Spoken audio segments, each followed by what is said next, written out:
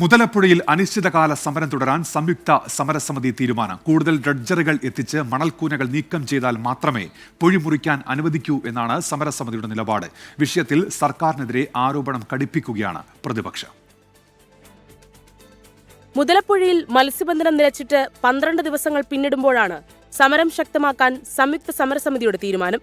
കൂടുതൽ മണൽക്കൂനകൾ നീക്കം ചെയ്താൽ മാത്രമേ പൊഴി മുറിക്കാൻ അനുവദിക്കുകയുള്ളൂവെന്ന് സമരക്കാർ.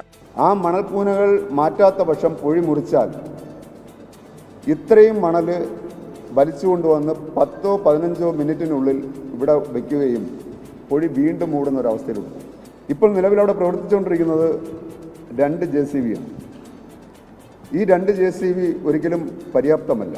വിഷയത്തിൽ സർക്കാരിനെതിരെ ആരോപണം കടുപ്പിക്കുകയാണ് പ്രതിപക്ഷം. സ്ഥലം MLA വി ശശിയുടെ അനാസ്ഥ ആരോപിച്ച് യൂത്ത് കോൺഗ്രസും ദേശീയ കർഷക തൊഴിലാളി ഫെഡറേഷനും MLA ഓഫീസിലേക്ക് മാർച്ച് നടത്തി.